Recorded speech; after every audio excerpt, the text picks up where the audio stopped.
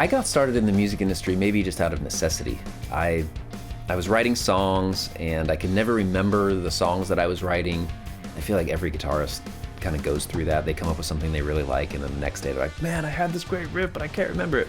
So I had a couple boom boxes, or I had one boom box and I got another one. And this is back in the day when tapes were still around. So I would record using the microphone, playing a riff into one and then hit play on that and then sit next to it. So it was kind of like beaming into another boom box, and then that tape would now have both parts as I was overdubbing. Then I would play that into the other one. It was a big ordeal. So then I started doing that, and I think I got a computer at some point and started working within the digital world. Started recording my own songs and then recorded a couple demos for some local bands in Orange County. And my recordings that I was doing in my garage were perceived to be better than what was being done at some of the bigger studios. So then bands started coming to me to record their music. And then at that point, I didn't really have a lot of gear, so I started trading studio time. I call it garage time, basically, at that point. And so studio time for equipment. So say if a drummer came in that had 3 toms, but I only had 2 tom mics, I would say, I can record your band, but you're going to have to buy me another tom mic. And that's how I kind of acquired a lot of equipment up until I started doing larger records. And I think once I did the Seosin Translating the Name EP, that's when I think people really started taking notice of what I was doing, and then quickly from there it kind of snowballed into much bigger things. I grew up in Orange County and there was a lot of really cool bands at that time, so I think I was lucky to be surrounded by all sorts of different kinds of music. There was bands like 18 Visions and Throwdown, and kind of growing up within like the hardcore world, like going to Strife, Excessive Force, and like Unashamed, and like all those shows, But like I think I was always influenced by such a wide variety of music that I don't know. I think all of that influences the way I like to hear music, because if you look at all those different genres, they all have very different recording styles. And I think that there was something that I enjoyed about all of them individually that I've kind of incorporated into all of my own recordings.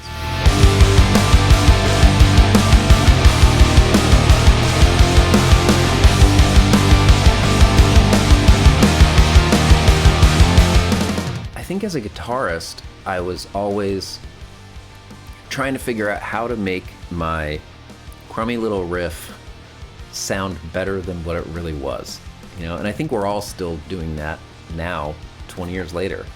We have a riff, we think it's cool, but how can we really dress it up in a way that gives it that wow factor, and I think that's probably what led me into the production role, is trying to figure out those methods that would make my riffs sound more impactful, or more meaningful. And through experimenting with different gear and amps and microphones and speakers, I was able to find something that worked for me and my sound. And then also, other techniques that would work across the board for all sorts of different types of bands that I would then go on to produce. I always had this drive to kind of make albums sound like they were recorded in $1 million studio with every attention to detail possible, while realizing fully that that was not something that a lot of bands were going to be able to do, and I guess with that mentality, I think that's what's cool about this pack too, because not everyone is going to have a huge wall of amps like this, but now they can have access to it.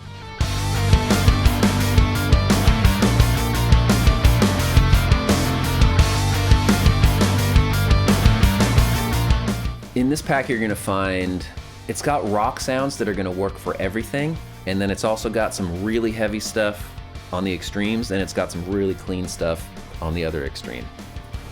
I think people will like this because there's such a wide variety of different tones while all being within the same family. There's a lot of different amps and a lot of different circuits in here, but they all have the V30 and the Creamback kind of sound to them. So it's going to be a very familiar sound. And my goal was to kind of give everyone a lot of options within the amps, because amps can sound very different depending on what you're playing and what guitars you have plugged into them, what pedals you have in front of them, and the way they respond and the character of it, and then what speakers you pair with it too. Part of the reason why we chose the V30 and the Creamback is because those are just very standard speakers. My particular speakers that we're using are from an old 2000s Mesa oversized cab, which if you're familiar with, a lot of people's, quest for tone recently, you'll know that those speakers are just kind of the holy grail speakers. They sound amazing. They're so smooth on top. With a lot of the times you'll get these resonances that poke through and they hurt your ears, but these don't have that at all. It's pretty great. So everything is going through those cabinets. Everything is tracked through, Neve preamps, going into my typical chain, which is not a lot of EQ. I like to track very true to what the amp sounds like at the source, using, just mic placement and quality microphones. I've also supplied, with every amp, there's the bare amp and then 3 pedals in front of every amp. So you have multiple tones that can work with different guitars and different tunings and different ranges and different levels of aggression. And I think that's going to be very valuable for people.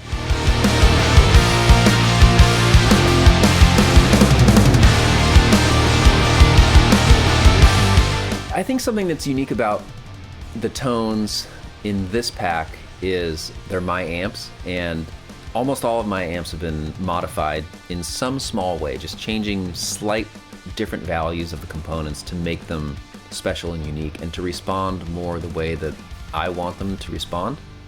When people come into the studio and they listen to the amps coming out of the speakers that I'm tracking, the response I always get is like, there's no way that this is that amp. I've played this amp before and it didn't give me this feeling.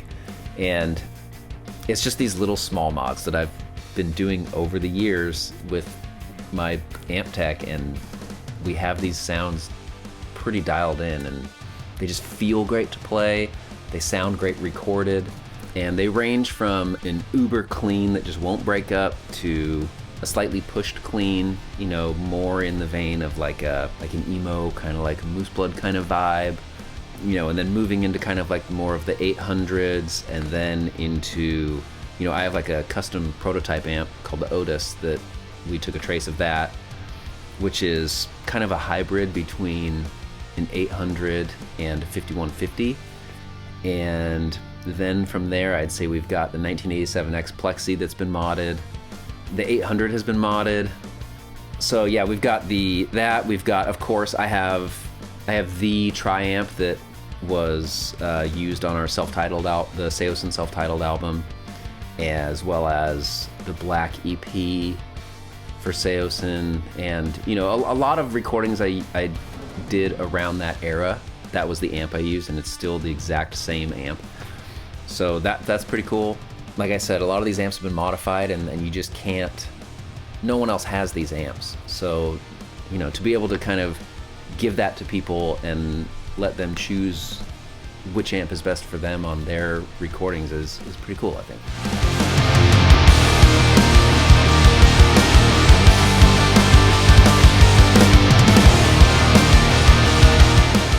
The most important thing about tracking guitars for me and getting a guitar tone in the studio is whatever the emotion or the feeling of the guitar part itself is, I want the guitar tone to really help and amplify that.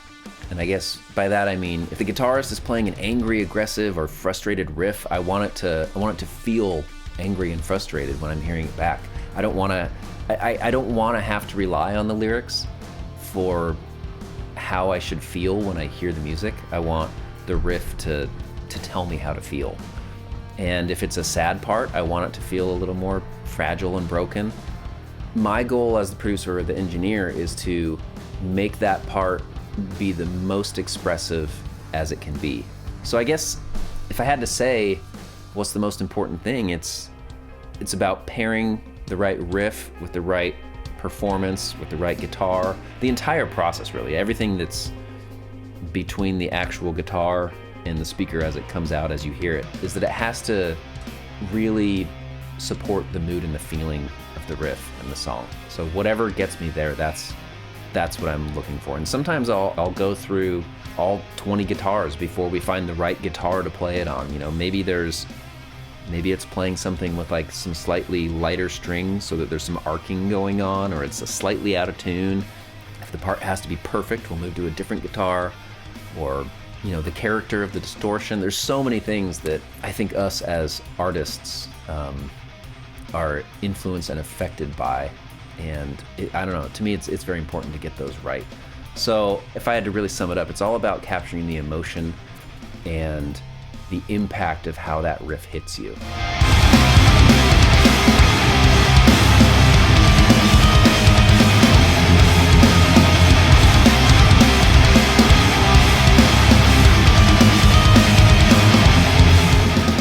Live guitar tones are so different than studio tones, and maybe that's just because I've done it for so long that you start to realize that, you know, there's even tones that are album recordings that you truly don't even hear all the intricacies until you're in an amazing studio environment, you know. And there's still things on records that I've listened to growing up, and like I listen to them in the studio, and it's like, man, I never heard that little thing before. So I think because I know how detailed the studio is, and then traveling around the world and being in so many different venues, and sometimes, you know, you spend a lot of time dialing in your live sound, and then you go out to the front of house where it's all playing back, and you're just like, I literally can't hear anything that's going on. This room is terrible, you know? So I don't know. I mean, live tone, I think it's a little bit of a compromise. I would say for Seosin, since the riffs are a little more like metal inspired, I can get away with a little bit more gain than I would in the studio. Generally, I'll kind of go for a little less gain in the studio and force myself to play a little harder. Whereas live, I may want to try to conserve some of that energy and rely on the amp to give me a little more. But I'm generally just looking for something that's going to make me have fun. You know, to me, performing live and sharing that experience with an audience it's about having a great time and bonding and connecting over the music. So I guess with that, it's about anything that you can connect with and really let yourself kind of go and just experience the music. That's really what I'm looking for, you know. And sometimes it might be a little more clarity. Sometimes it might just be the mood I'm in, where I just might want the chugs to just sound super cool, you know. And it's just whatever you're feeling that day, as you tweak something in a little bit and you say, man, this is going to make me feel good and it's going to make me have a great show. That's really what I'm looking for.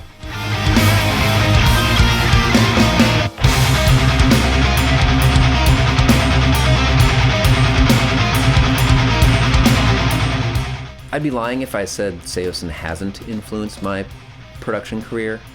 Because of Seosin, I was able to be in the studio, and very expensive studios, with, you know, top producers, and seeing how they work and observe, as well as participate in a lot of, you know, techniques, and kind of pull back the curtain on a lot of the magic that happens in a studio, and really kind of analyze what was working, what wasn't working, what I felt was effective or not effective, and, you know, kind of take all those different experiences and combine them into my own method.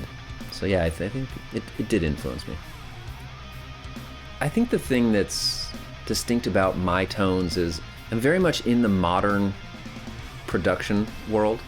I use a lot of techniques that would be considered, you know, new school or like, you know, metal technical production styles, but I'm so rooted in like old school rock and emo music that it's this kind of weird hybrid where I'm willing to use whatever tools necessary to make something sound the most real and organic that it can sound, which is kind of backwards thinking, but I'll do whatever it takes to make it sound. The main thing is it's all got to sound believable, you know. So I think that, to me, what's unique about my stuff is there's never going to be anything that sounds so processed that it sounds phony, or it's lifeless, or it's been stripped of that feeling. It's always got to have feeling, and it's got to make you feel a certain way.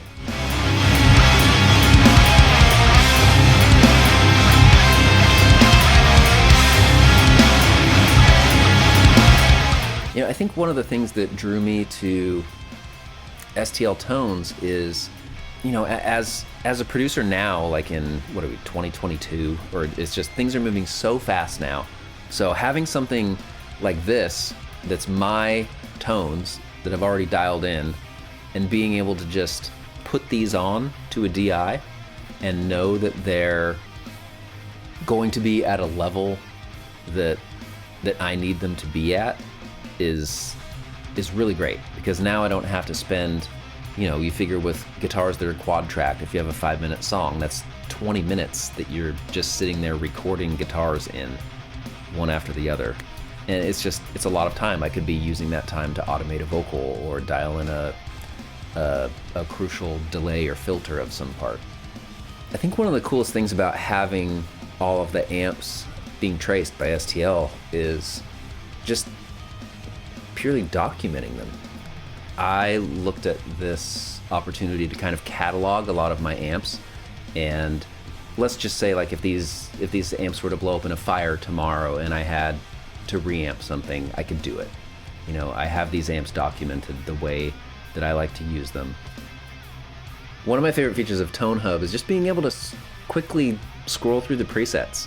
I like the fact that I can kind of, you know, as I'm dialing in a tone, maybe I can pull up Joey or Romesh or other people with all these cool tones and hear, like, oh, what would these guys do? Or what would this other tone be like? You know, if I'm ever looking to, like, kind of get outside the thing that I do subconsciously. And I don't know, I think that that's a pretty valuable thing, you know, being able to kind of hear not just one person's perspective on something, but hear some other people's takes on things.